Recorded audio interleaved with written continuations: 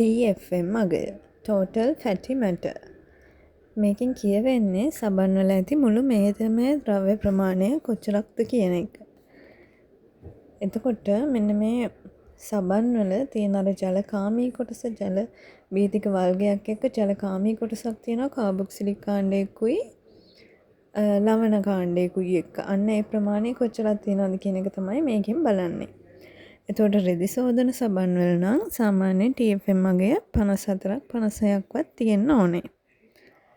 ඊළඟට තව වැදගත් දෙයක් තමයි ඔයාලා දන්නවා ඇති කටින ජලය. කටින ජලය කියන්නේ වෙන කැල්සියම් මැග්නීසියම් වගේ අයන අඩංගු වන ජලය. අන්න ඒ වගේ කටින ජලයේ සබන් දිය වෙන්නේ නැහැ.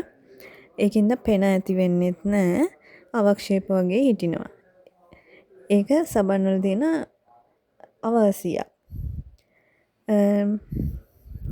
ඒකෙදි වෙන්නේ මෙන්න මේ විදිහට මම M කියලා දාලා තියෙන කටින් ජලයේ තියෙන අයන ඒවත් එක්ක මෙන්න මේ ජලකාමී කොටස අවක්ෂේපයක් හදනවා.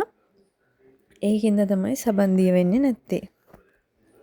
සබන් වල මේ තියෙන ප්‍රශ්නේ මගාරව ගන්න අපිට භාවිත කරන්න පුළුවන් ශාලක. ඒ කියන්නේ ඩිටර්ජන්ට්ස්.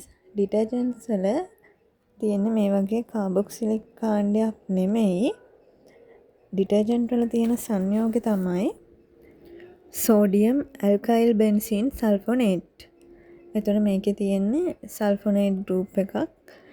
ඒකින්ද කටින් ජලයේත් අපිට ඩිටර්ජන්ට්ස් පාවිච්චි කරන්න පුළුවන්.